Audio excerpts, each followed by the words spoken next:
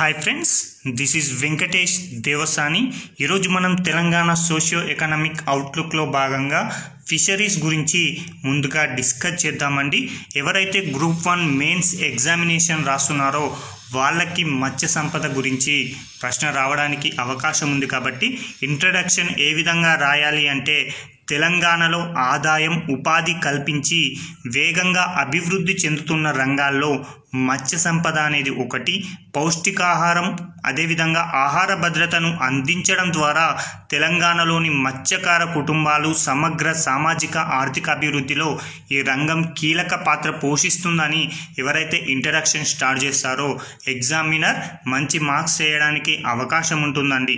అయితే చూద్దామండి, మత్స్య సంపదకు సంబంధించి లోతట్టు ప్రాంతాలలో చేపల యొక్క ఉత్పత్తి ఏ విధంగా ఉంది, అదేవిధంగా మంచినీటి చేపల ఉత్పత్తి గత సంవత్సరంతో పోలిస్తే ఏ విధమైనటువంటి ఉత్పత్తిని సాధించామో ఒక్కసారి ఇక్కడ చూడండి. ముందుగా లోతట్టు చేపల ఉత్పత్తి వచ్చేసి 2022-23 ఆర్థిక సంవత్సరంలో 4,24,324 టన్నుల చేపలను ఉత్పత్తి చేయడం జరిగింది. అయితే అది అయితే దానిని 2023-24 ఆర్థిక సంవత్సరంతో కనుక పోల్చినట్లయితే ఈ యొక్క సంవత్సరంలో లోతట్టు ప్రాంతాలలో చేపల ఉత్పత్తి అనేది 4,39,513 టన్నులకి పెరగడం జరిగిందండి. చాలా ఇంపార్టెంట్. 2022-23 ఆర్థిక సంవత్సరంతో పోలిస్తే 2023-24 సంవత్సరంలో లోతట్టు ప్రాంతాలలో చేపల ఉత్పత్తి అనేది పెరగడం జరిగింది. ఎంతగా పెరిగింది, దీనిని శాతం పరంగా చెప్పుకున్నట్లయితే 3.58% అనేది పెరగడం జరిగింది లేదా వృద్ధి సాధించామని చెప్పుకోవచ్చండి.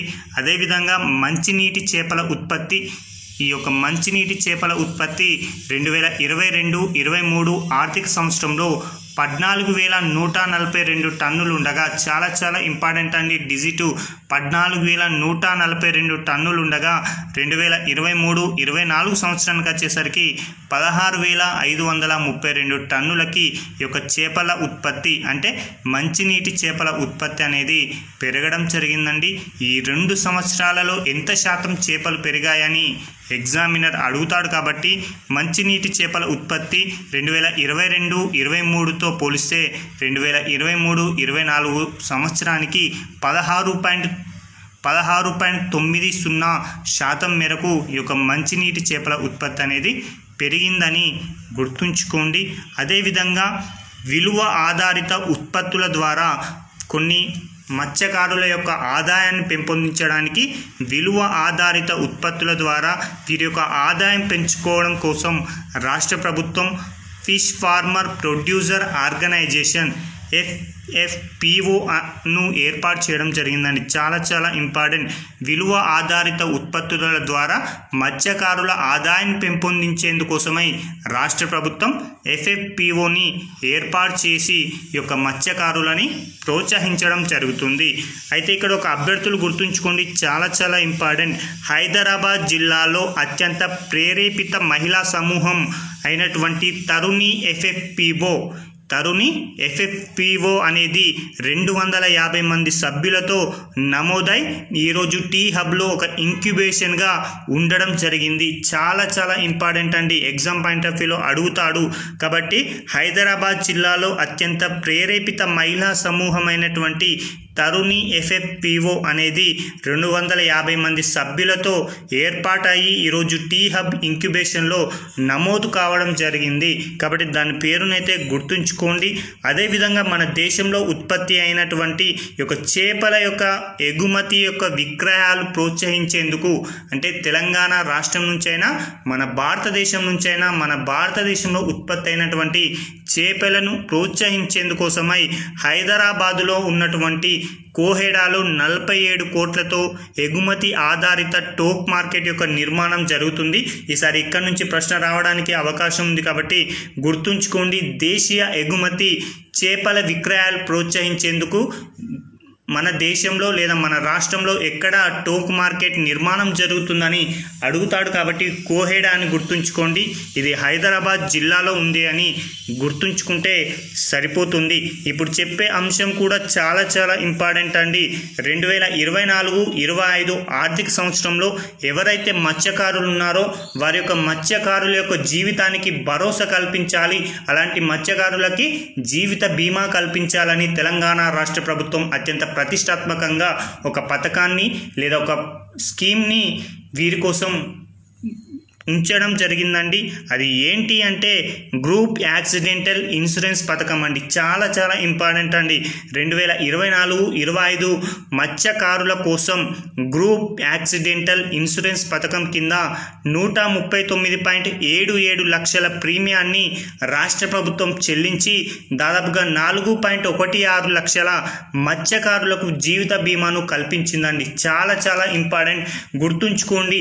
ఎవరైతే మత్స్యకారులు ఉన్నారో వారి యొక్క మత్స్యకారుల యొక్క జీవితానికి భరోసా కల్పించాలి అనే ఉద్దేశంతో తెలంగాణ రాష్ట్ర ప్రభుత్వం అత్యంత ప్రతిష్టాత్మకంగా గ్రూప్ యాక్సిడెంటల్ ఇన్సూరెన్స్ పథకం కింద ఎవరైతే మత్స్యకారుల తరపున రాష్ట్ర ప్రభుత్వమే ఒక ప్రీమియంను చెల్లించి వారి జీవితాలకు ఒక భరోసా కల్పించేటువంటి ప్రయత్నం చేసింది. అందులో భాగంగా మొత్తంగా ఎంతమంది మత్స్యకారులు అంటే 4.16 లక్షల మత్స్యకారుల యొక్క జీవితానికి భరోసా కల్పించింది రాష్ట్ర ప్రభుత్వం.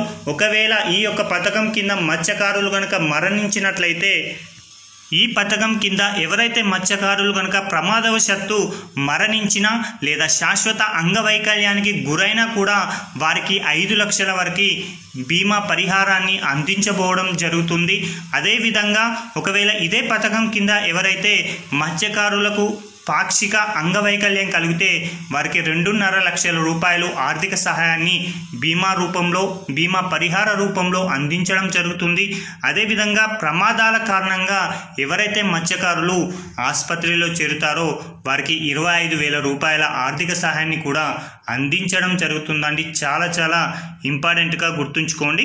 కాబట్టి ప్రమాదాల కారణంగా ఆసుపత్రిలో చేరితే 0.25 lakhs రూపీస్ అనేవి మత్స్యకారులకి ఇవ్వడం జరుగుతుంది.